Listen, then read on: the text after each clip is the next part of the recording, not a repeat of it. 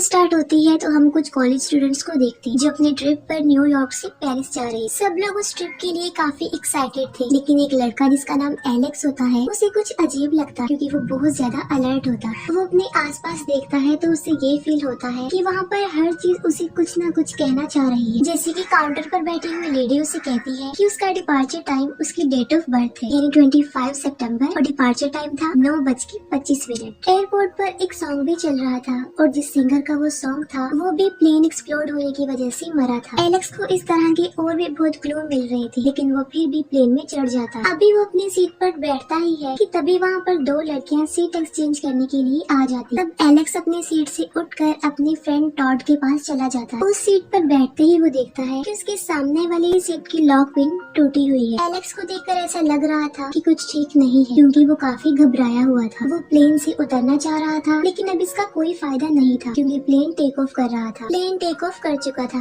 और सब लोग काफी खुश और काफी एक्साइटेड थे, लेकिन टेक ऑफ करते ही उस प्लेन में कोई डिफेक्ट हो जाता है और वो प्लेन कंट्रोल से बाहर हो जाता। सब पैसेंजर्स काफी डर जाते हैं और प्लेन की एक साइड भी खुल जाती है जिससे लोग बाहर गिर रहे हैं। और तभी प्लेन में आग लग जाती है क्योंकि वहाँ पर ब्लास्ट हो गया था और सब लोग इसकी लपेट में आ चुके थे और उसमें एलेक्स भी शामिल। और तभी फौरन एलेक्स की आंख खुल जाती। असल में ये उसका नाइटमेयर था, लेकिन यहाँ पर ये डाउट था कि क्या वाकई वो उसका स्केरी ड्रीम था या फिर वाकई कुछ ऐसा होने वाला, क्योंकि रियलिटी में भी उसके सामने वो दोनों लड़कियां खड़ी हुई थी जो ड्रीम में उससे सीट एक्सचेंज करने आई थी और अब भी वो सीट एक्सचेंज करने की बात कर रही होती, जिस पर एलेक्स बुरी तरह घबरा जाता और वो जल्दी से उठकर अपने फ्रेंड टॉड के पास जाकर बैठ जाता है जिसके साथ वो नाइटमेयर में बैठा था। सीट पर बैठकर वो सामने वाली सीट की लॉक पिन चेक करता है तो वो सच में टूटी हुई और वो फौरन निकल जाती। सब कुछ एग्जैक्ट वैसे ही हो रहा था जैसे उसने अपने नाइटमेयर में देखा था, यानी वो उसका कोई भी नाइटमेयर नहीं, बल्कि वो इस बात को इंडिकेट कर रहा था कि एलेक्स ने फ्यूचर देख लिया कि नेक्स्ट उनके साथ क्या होने वाला है। ये ह्यूमन नेचर में भी शामिल होता है। इसे सम टाइम हम ये कहते हैं कि ऐसा जो हुआ है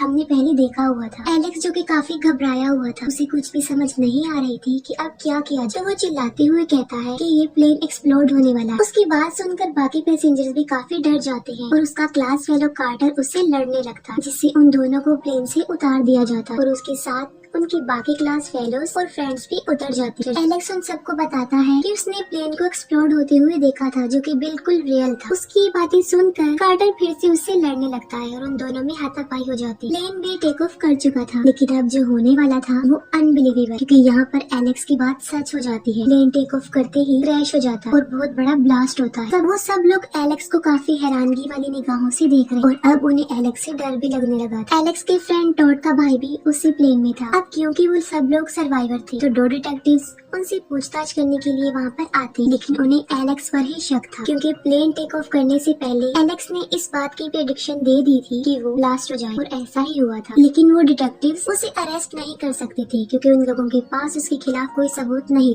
क्रैक हो जाता। फिर वो उस कप को अपने कंप्यूटर के ऊपर लेकर जाती है और उससे लीक होता पानी उस कंप्यूटर में गिर जाता है, जिससे उस कंप्यूटर में शॉर्ट सर्किट होने लगती है। तब वो टीचर पास जाकर चेक करती है तो वहाँ पर ब्लास्ट हो जाता है और कांच का एक टुकड़ा सीधा उसकी गर्दन में जाकर लगता है। अब वहाँ पर सिचुएशन और ज्यादा खराब होती जा रही थी। वो एक कपड़े को उठाने की कोशिश कर रही थी जो कि कुछ नाइफ पर पड़ा हुआ था और उसे उठाने के दौरान ही एक नाइफ उसके अंदर घुस जाता। जब तक एलेक्स वहाँ पर पहुँचता है वहाँ सब कुछ डिस्ट्रॉय हो चुका था और वो टीचर भी काफी इंजर्ड थी और उसकी हालत काफी खराब थी, लेकिन इसके बावजूद भी एलेक्स उसे बचाने के लिए कुछ न कुछ करने की सोचता है। तभी एक चेयर ऊपर से आकर गिरती है जो सीधा उस नाइफ पर आकर लगती है। वो नाइफ और अंदर घुस जाता है और यहाँ पर वो टीचर भी मर जाती। घबराहट के आलम में एलेक्स वो नाइफ उस टीचर के पेट से निकाल लेता है, लेकिन फिर उसे इस बात का रियलाइज हो चुका था कि उसने खुद को कितनी बड़ी मुसीबत में फंसा लिया और वहाँ का गैस भी ऑन था। एलेक्स बाहर निकलता है तब एक सर्वाइवर फ्रेंड उसे देख लेता है। एलेक्स के बाहर आते ही वो घर ब्लास्ट हो जाता है। उस फ्रेंड के बयान के अकॉर्डिंग वो पुलिस एक सीढ़ी पर चढ़कर खुद को सेव कर लेती। वो अपनी कार में बैठकर जल्दी से वहाँ से निकलने की कोशिश करती है, लेकिन वो वहीं पर ट्रैप हो जाती है। इतनी देर में एलेक्स भी वहाँ पर पहुँच जाता है और वो उसकी हेल्प करने के लिए आगे बढ़ता है। कार के चारों तरफ आग लग चुकी थी और वो इलेक्ट्रिक वायर कार के ऊपर ही पड़ी हुई थी। यहाँ पर हमें पता चलता है कि डेथ ने क्लियर के लिए यही डिजाइन प्लान किया, लेकिन यहाँ पर भी एलेक्स डेथ को चीट कर देता है क्योंकि एलेक्स उस वायर को हटाकर पीछे फेंक देता है और इतनी ही देर में